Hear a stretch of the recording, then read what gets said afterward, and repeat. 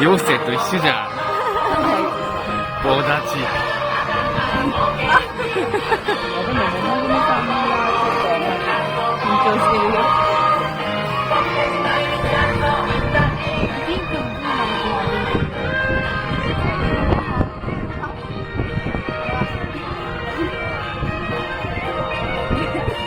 本当に緊張してる。かわいい。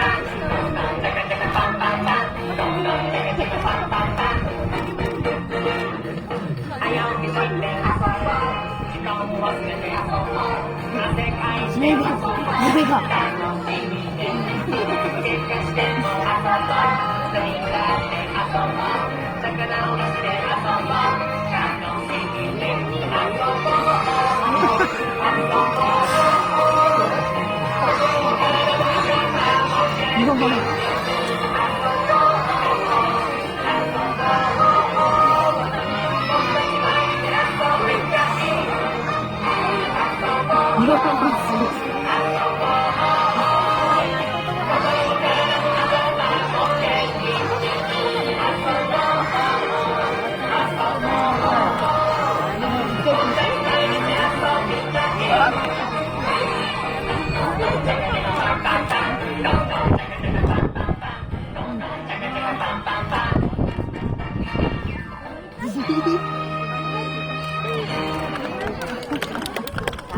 電気もたまったし、みんなでおもちゃ探しに出発だ。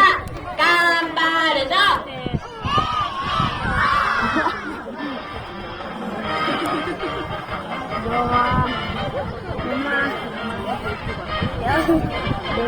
もっと楽しく出発することも頑張る子供たちにスタートをよろしくお願いします。